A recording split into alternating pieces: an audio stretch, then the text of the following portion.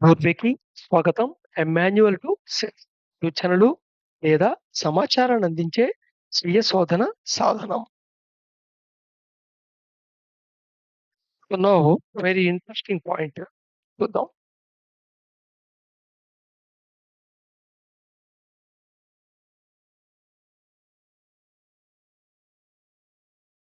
ఏదైనా ఒక స్థూలమైన విషయం అనుకోండి, గ్రాస్ థింగ్ అనుకోండి, దాని మీద అందరి ఒపీనియన్ సేమే ఉంటుంది.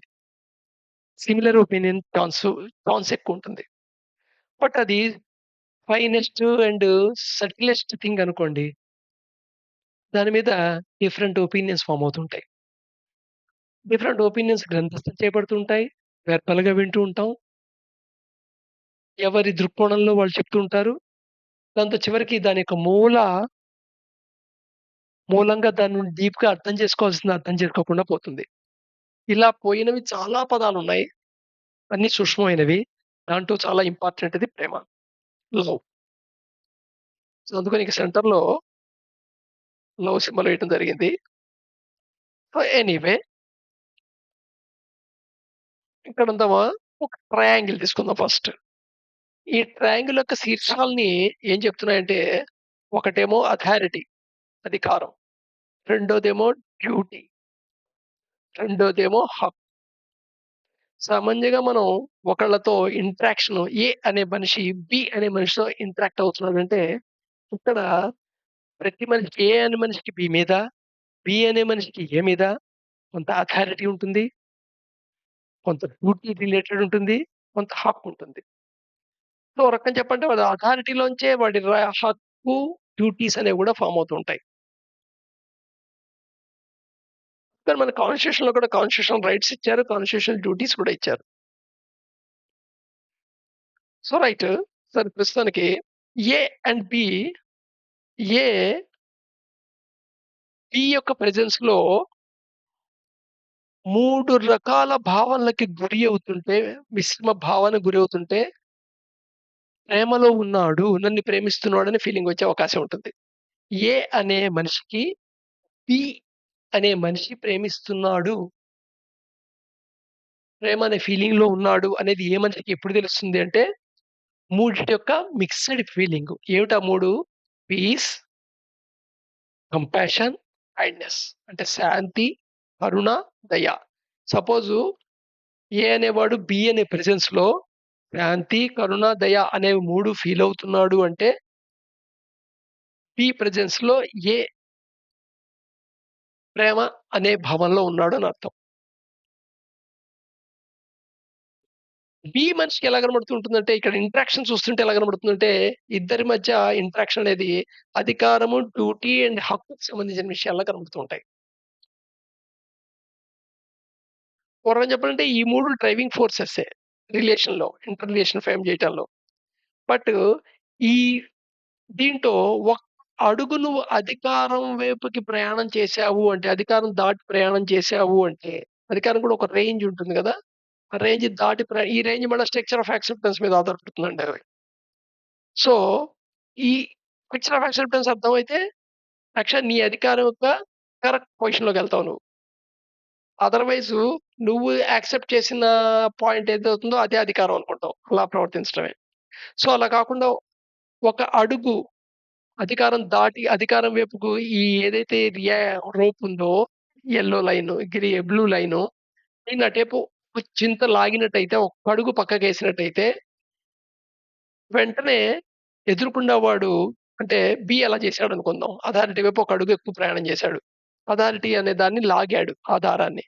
వెంటనే ఆటోమేటికల్‌గా ఎదురుగుండా ఏకి దయలేని వాడిలా కనబడతాడు. ఇంకా చెప్తే క్రూయలిటీగా కనబడుతుంది వాడి ప్రయత్న. వాడి ప్రవర్తన క్రూరమైన ప్రవర్తనలా కనబడుతూ ఉంటుంది.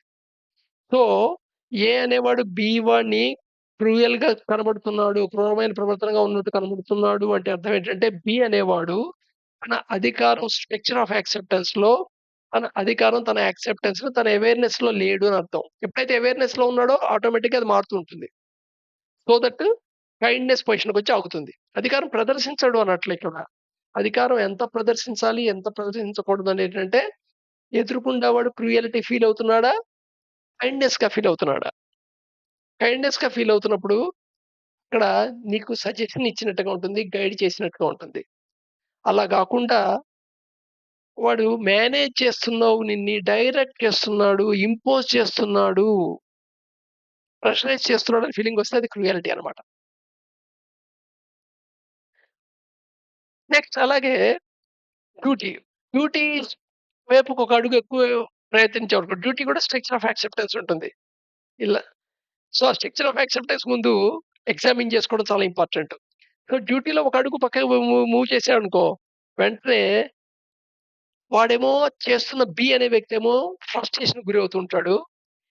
ఏ అనే వ్యక్తి ఆ ఇంటరాక్షన్‌లో ఎదుర్కొన్నోడికి కంపాషన్ లేదు, కరుణ లేదు అన్నట్టుగా ఫీల్ అవుతూ ఉంటాడు.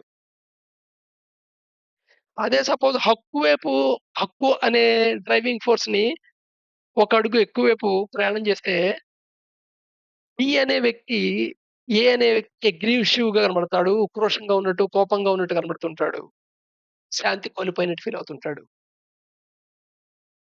సో, దేర్‌ఫోరు నువ్వు ఒకళ్ళని ప్రేమిస్తున్నావు అని ఎప్పుడు క్లెయిమ్ చేయగలవంటే, ఎదురుగుండా వాళ్ళు నీ ప్రెజెన్స్‌లో శాంతి, కరుణ, దయ ఫీల్ అయినప్పుడే. ఈ శాంతి, దయ, కరుణ ఫీల్ అవ్వటానికి వాళ్ళకి నీకు మధ్య ఇంటరాక్షన్‌లో అథారిటేటివ్ పాయింట్ ఉంటుంది, ఫ్యాక్టర్ ఉంటుంది, టీ ఫ్యాక్టర్ ఉంటుంది, రైట్ ఫ్యాక్టర్ ఉంటుంది. దీంట్లో ఉన్న స్ట్రక్చర్ ఆఫ్ యాక్సెప్టెన్స్ యొక్క డిఫరెన్సెస్ ఉంటాయి గదా! ఏకి, బికి.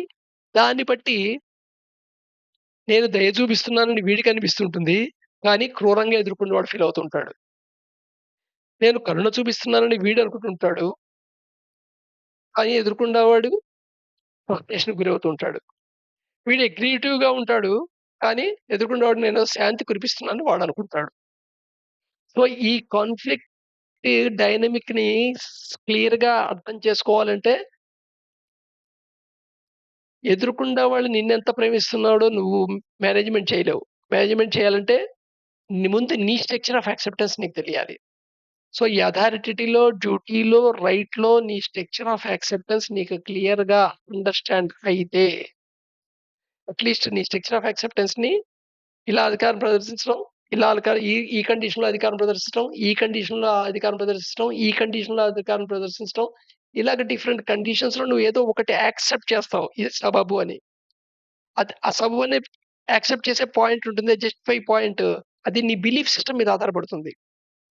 నువ్వు దాన్ని అవేర్‌లో ఉన్నావంటే నీ బిలీఫ్ సిస్టమ్ మారుతుంది.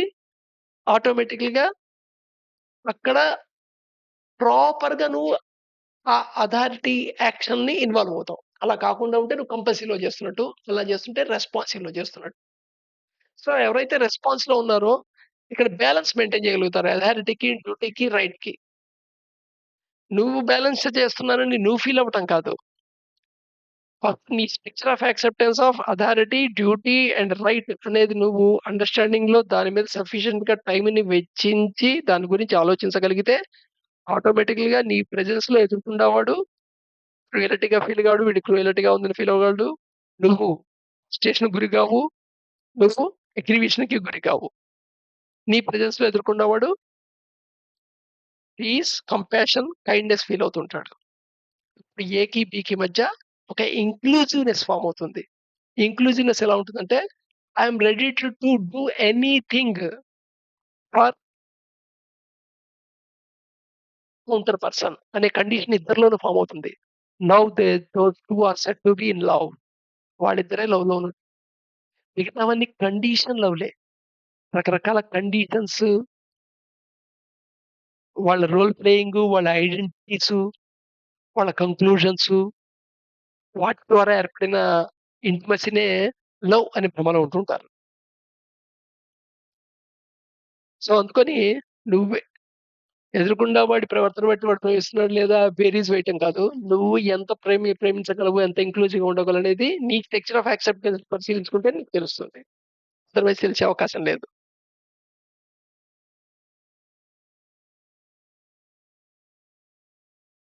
ఓకే. రేపు మళ్ళా కంటిన్యూ చేద్దాం.